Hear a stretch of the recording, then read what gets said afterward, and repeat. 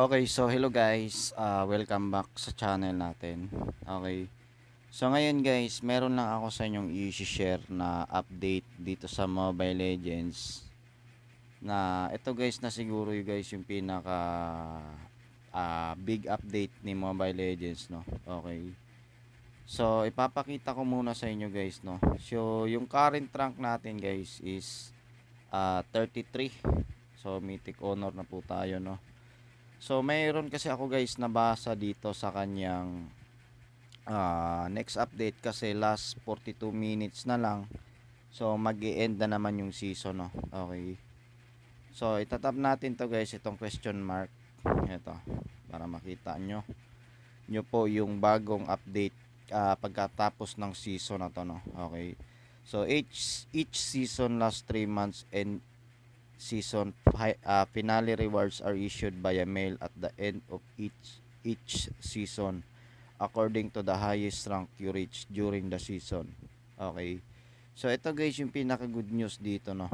Ewan ko lang guys kung totoo to, pero i-update ko pa rin kayo guys after nitong end season na matapos to. Okay, kasi yung nakalagay kasi dito guys, kung mababasa nyo guys, your starting rank in the new season however is determined by your rank. Okay, so at the end of the previous season, the higher you rank in the previous season is the higher your starting rank in the new season. Okay, so kumbaga ito palang rank natin, yung current rank natin guys, hindi na tayo guys babalik siguro sa epic, no. Okay, so kumbaga ito na siguro yung magiging starting rank natin pagkatapos ng season na to, no. So nasa Mythic 33 star na po tayo. So ayan, tapos basahin ko sa inyo guys yung email ni Munto dito, no. In order to create a better learning environment and matchmaking experience for new players, we plan to limit the use of higher difficulty hero and have a free trial period of recommended heroes. In order to fine-tune this feature according to our players' needs before its official release, we are randomly selecting players from the official server to help test the feature. We sincerely invite you to join this early access. Okay. Siguro guys,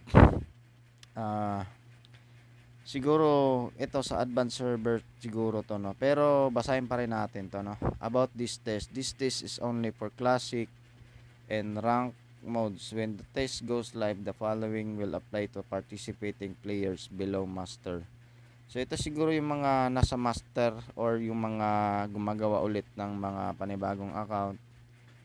And you will not be able to select certain higher difficulty heroes. More heroes will be made available by unlocking rank mode. You can view the list of heroes available for each segment from main menu. Hero list. Recommended heroes will be free to use for a limit time in classic. Okay, so ito guys, basahin nyo to guys. Your current rank will remain unchanged when the season ends. Okay.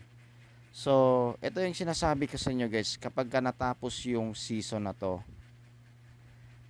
yung rank natin, halimbawa nasa Mythical Glory na kayo, so hindi na po siya magre-reset guys, no. Okay, kumbaga ito na yung starting rank natin sa bagong season, pero hindi pa rin ako sure guys kung totoo ba to, pero i-update ko pa rin kayo mamaya after ng season na to. Nasa 38 minutes lang naman na lang yung kanyang time. So mag-e-end season na tayo, no. Okay, so i-update ko kayo guys mamaya guys, no. After nito tapusin lang natin yung kanyang season na mag-end. Okay, so yan lang guys, at babalik ako sa inyo mamaya guys para sa update nito.